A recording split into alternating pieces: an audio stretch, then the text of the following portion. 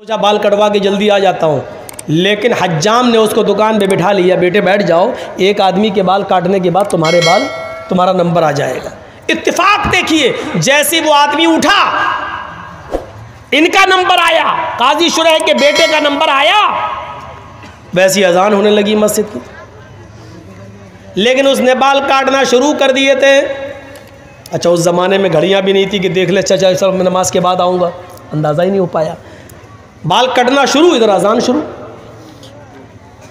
जब तक बाल कटे तब तक जमात ख़त्म। काजी शुरैह का बेटा बाल बनवाने के बाद, हजामत करवाने के बाद जब मदरसे आता है, क्या देखता है कि जमात ख़त्म हो चुकी है। उसने वज़ू बनाया और मस्जिद के अंदर अकेले नमाज पढ़ लिया। नमाज पढ़ा अकेले, सूरज भी गुरूब नहीं हुआ था, थोड़ी सी देर हुई थी, बस अकेले नमाज पढ़ लिया, लेकिन जमात छूट गई। मदरसे के असातिज़ा ने पूछा कि तुम कहाँ थे? उसने कहा बाल बनवाने में देर हो गई। मदरसे के असातिज़ा ने इसको उज़्र नहीं समझा, नहीं ये कोई उज़्र नहीं है, तो तुम्हें सज़ा क्या दी जाए? सज़ा के लिए तुम्हारे बाप को ही लेटर लिखता हूँ, शहर के काजी हैं, सबसे बड़े जज हैं, देखे तुम्हारे बाप तुम्हारे बारे में क्या फैसला सुनाते हैं। और सुनो नौजवानों, और अगर उनके माँ बाप जिंदा हैं तो सुने, मुकदमा हजरत शुरैह की अदालत में आता है। काजी साहब, आपके बेटे ने ऐसे वक्त में बाल कटवाए कि असर की अजान होने लगी। आपका बेटा जब बाल बनवाने के बाद मदरसे में आया तो जमात हो चुकी थी, उसने बाद में नमाज पढ़ ली। आप खुद फैसला कीजिए कि जमात छोड़ने की सज़ा उसको क्या दी जाए। काजी शुरैह ने उस लेटर के पीछे एक फैसला लिख दिया और अपने कासिद, अपने एलची के जरिए एक मोटा डंडा देकर भेजा। मोटा डंडा उस कासिद ने मदरसे के उस्ताद को दे दिया, जो हेड मास्टर था, जो प्रिंसिपल था उसको दे दिया, लीजिए। और लेटर में सज़ा लिखी हुई है। खत पढ़ता है मदरसे का प्रिंसिपल, तो उसमें लिखा हुआ है, आए प्रिंसिपल साहब, सदर मुदर्रिस साहब, अमीद मोहतरम, मेरे बेटे ने ऐसे वक्त में बाल कटवाए जिसमें असर की अजान का वक्त करीब था, लिहाजा बज़ाहिर मेरे बेटे का कोई उज़्र नजर नहीं आ रहा है, ये उज़्र शरई नहीं है। उसने जमात तर्क की, आमदन और जानबूझकर तर्क करना माना जाएगा। बाल कटवा रहा है फिर भी जानबूझकर तर्क करना माना जाएगा। लिहाजा इस आमदन और जानबूझकर नमाज तर्क करने की सजा मैं ये सुनाता हूं कि जो डंडा मैंने तुम्हें भेजा है, इस डंडे से मेरे बेटे को इतना पीटो कि ये डंडा 3 टुकड़ों में बट जाए, इस डंडे के 3 टुकड़े हो जाएं। मोटा डंडा, ये वाला नहीं था पकड़ो एक मारो टूट जाए, मोटा डंडा 3 टुकड़े हो जाए। हाँ, लेकिन जब डंडा 3 टुकड़े हो जाए तब मेरे बेटे को पीटना छोड़ देना।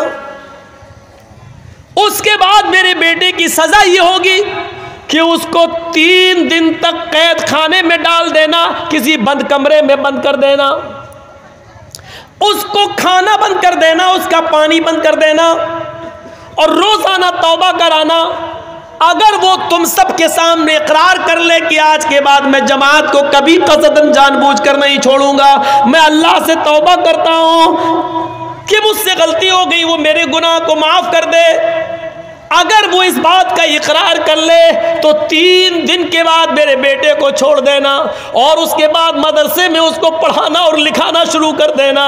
लेकिन अगर 3 दिन भी भूखा प्यासा रहने के बाद भी वो तौबा ना करे और इस बात का इकरार ना करे तो उसको उस कमरे में उस वक्त तक बंद रखना जब तक कि वो भूख और प्यास की शिद्दत से मर न जाए।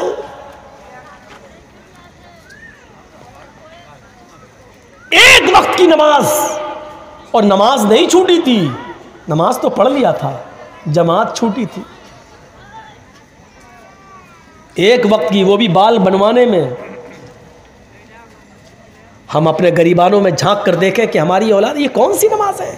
हम जिस दुकान पर बैठे हुए हैं, अजान हो रही है, बाप हाजी है, हज करके आया, बेटे बैठो दुकान पे, हम नमाज पढ़ के आ रहे हैं, पहले हम पढ़ा, बाद में तुम चले जाना।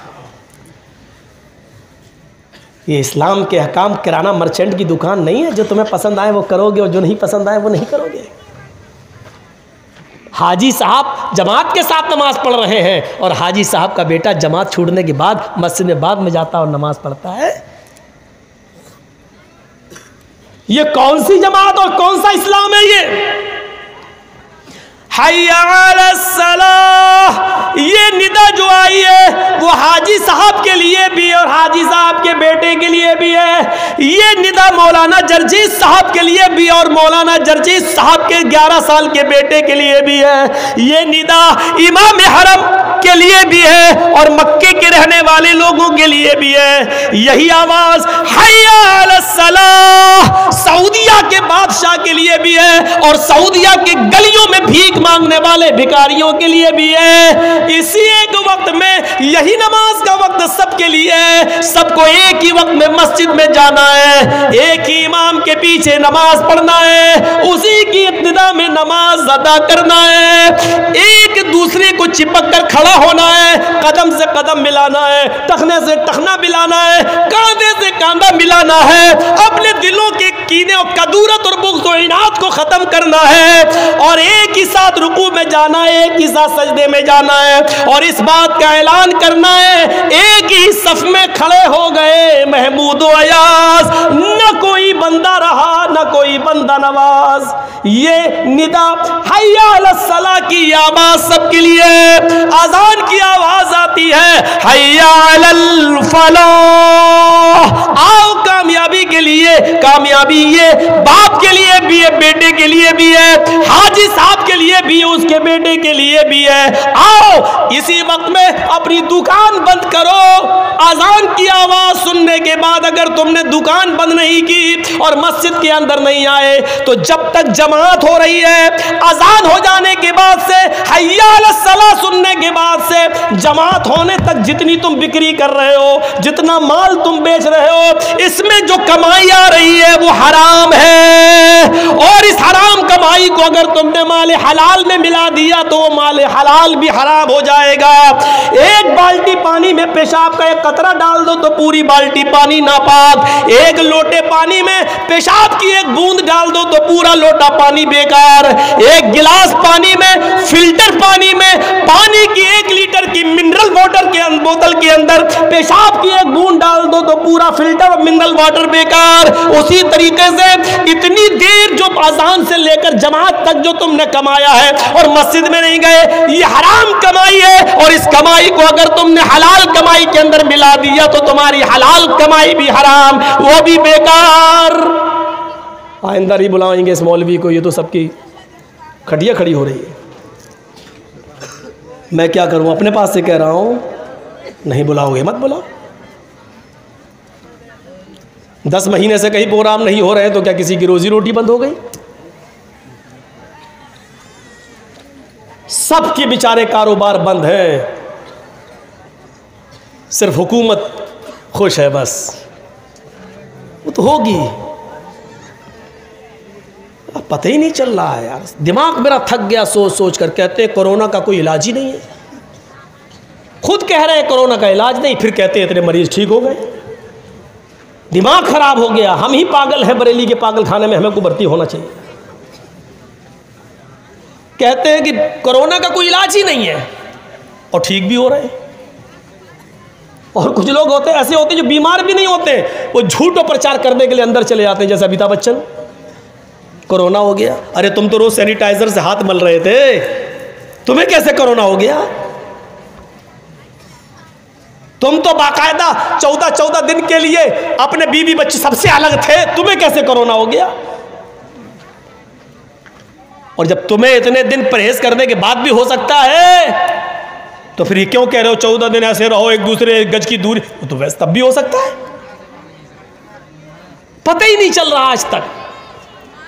बिहार के चुनाव में लाखों की भीड़ हो जाए तो कोरोना नहीं, इलेक्शन खत्म होते हैं तो एकदम कोरोना की भरमार हो जाती है। लाखों की तादाद में किसान बेचारे दिल्ली के बॉर्डर पर पड़े हुए हैं, कोरोना नहीं। और जैसे ही ये किसान भागेंगे, अब चाहे हड़ताल खत्म होगी, वैसे ही देखना कोरोना के कितने मरीज निकलेंगे। बड़ी लंबी कमाई है इसमें, तुम पहुंच ही नहीं, हमारी अकल ही नहीं है। ओफो, इस देश के सबसे ऊंचे आदमी की अकल के मुकाबले में हमारी अकल क्या है? ट्रेनें कौन बंद कर सकता था? हवाई जहाज कौन बंद करेगा? करोड़ों अरबों रुपए का नुकसान कौन करेगा? लेकिन हमारी अकल वहां तक नहीं पहुंच पाएगी।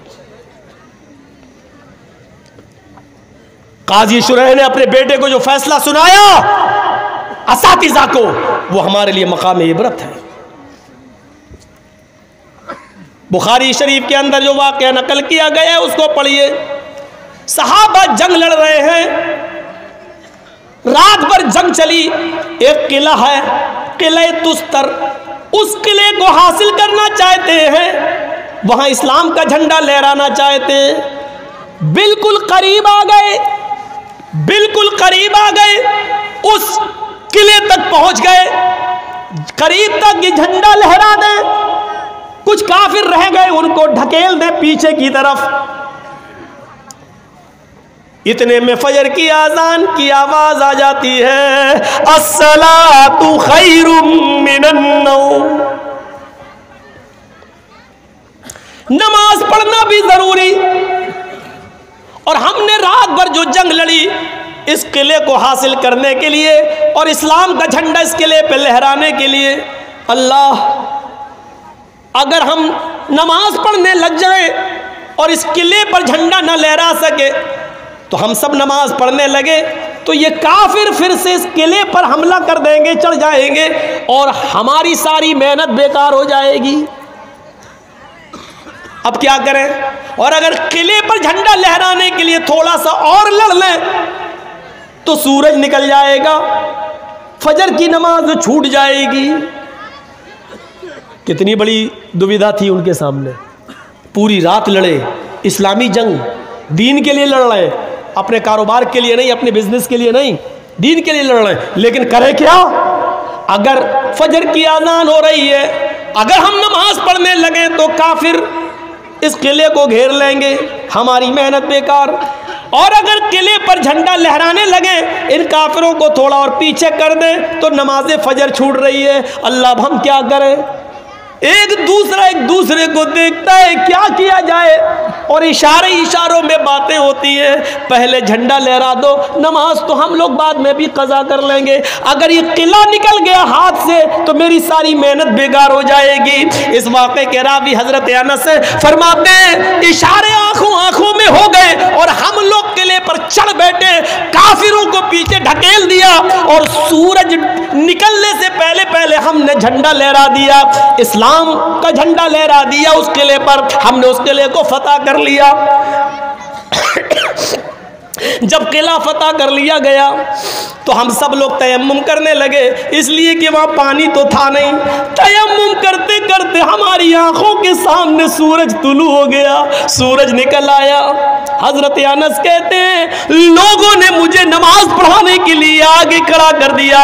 सूरज निकलने के बाद ये नमाज हम लोगों ने फजर की सारे सहाबा ने पढ़ी।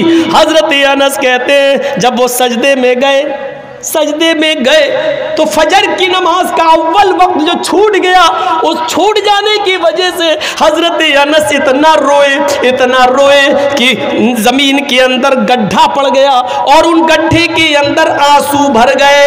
फजर की नमाज पढ़ाने के बाद जब सलाम फेरा, अस्सलामु अलैकुम रहमतुल्लाह, अस्सलामु अलैकुम रहमतुल्लाह, तो हजरत अनस ने लोगों से कहा, ओ मेरे साथियों, जब से मैं इस्लाम लाया और नमाज शुरू की, अल्लाह की कसम मेरी पूरी जिंदगी में ये मेरी फजर की पहली नमाज है जो आज सूरज निकलने के बाद मैं पढ़ रहा हूँ। लोगों, ये मेरी पहली नमाज है जिसको मैंने सूरज निकलने के बाद पढ़ा है। लेकिन आज अव्वल वक्त निकल जाने का अफसोस इतना हो रहा है कि अगर मेरा पूरा खानदान हलाक हो जाता, मेरा पूरा कारोबार तबाह हो जाता, नष्ट हो जाता, बर्बाद हो जाता, तो मुझे इतना अफसोस नहीं होता जितना अफसोस मुझे फजर की नमाज के अव्वल वक्त के निकल जाने का हो रहा है। जबकि ये जंग अपने लिए नहीं थी, इस्लाम के लिए थी, लेकिन इसके बावजूद अफसोस हो रहा है। मेरे भाइयों, इन वाक़यात की रोशनी में हम कितने % मुसलमान नज़र आ रहे हैं? ज़रा देखिए, जब हमने नमाज ही को बाकी नहीं रखा तो इस्लाम कहाँ रह गया हमारे अंदर? इस्लाम ही तो असल दीन है। अस्सलातु इमादुद्दीन, मन हदम अस्सलात हदम अद्दीन। इस्लाम दीन का सुतून है। जिसने नमाज दीन का सुतून है, और जिसने नमाज छोड़ दी उसने दीन को छोड़ दिया। जिसने नमाज को गिरा दिया उसने दीन को गिरा दिया। एक वक्त की नमाज कह रही है जिंदगी की मेरी पहली नमाज है जो सूरज निकलने के बाद मैं पढ़ रहा हूं। अभी देखना गांव में बस्टर नगर में ऐसे लोग होंगे।